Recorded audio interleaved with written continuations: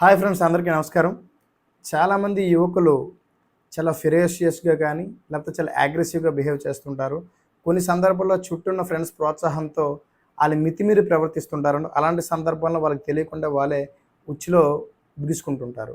కొన్ని సందర్భాల్లో అవి గొడవలకు వెళ్ళడం, ఆ గొడవల దగ్గర నుంచి ఔట్‌కమ్ ఫ్రెండ్స్ దగ్గర నుంచి చాలా గొప్పగా "నువ్వు చాలా చేసావురా, బాగా ఫైట్ చేసావు" అనగానే తిను ఇంకా ప్రొవోక్ అయిపోయి, ఇంకా రెచ్చిపోయి, ఇంకా ప్రవర్తిస్తుంటాడు. కొన్ని సందర్భాల్లో it will give some bad results. అదేంటంటే నాకు చాలామంది పొగుడుతున్నారు కదా, నేను చాలా మాసీగా, చాలా తగ్గా నేను చేస్తున్నానని చెప్పి, అది ఒక ఏ లెవెల్ ఆఫ్ ఎక్స్‌టెంట్‌కెళ్తుందంటే కొన్ని సందర్భాల్లో సెటిల్‌మెంట్‌లు గానీ, దందాలకు గానీ, పబ్లిక్ పీస్ డిస్టర్బ్ చేయడం గానీ, పబ్లిక్ న్యూసెన్స్ క్రియేట్ చేయడం గానీ, పబ్లిక్ ఆర్డర్ డిస్టర్బ్ చేయడం గానీ, ఆయనకి తెలియకుండానే అలా ఒక రౌడీ యాటిట్యూడ్‌కొచ్చేస్తారు.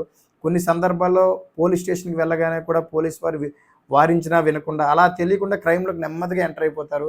కొన్ని నంబర్ ఆఫ్ ఎఫ్ఐఆర్స్ కూడా వాళ్ళ పేరు నమోదు జరుగుతుంది. తెలియకుండా వాళ్ళకి రౌడీ షీటర్ కూడా వాళ్ళ పేరున ఓపెన్ అవుతుంది. అలాంటి సందర్భాల్లో ఏంటంటే, వాళ్ళపై ఎప్పుడు కూడా పోలీస్ వాళ్ళ సర్వైలెన్స్ గాని, లేకపోతే పోలీస్ వారు వాళ్ళని ఇన్ఫర్మేషన్ గ్యాదరింగ్ కోసం వాడుతూ ఉంటారు. దీనివల్ల వచ్చే ప్రాబ్లమ్ ఏంటంటే, అతని ఐడెంటిటీ ఏదైతే ఉందో, ఐడెంటిటీ అనేది కోల్పోతాడు సమాజంలో.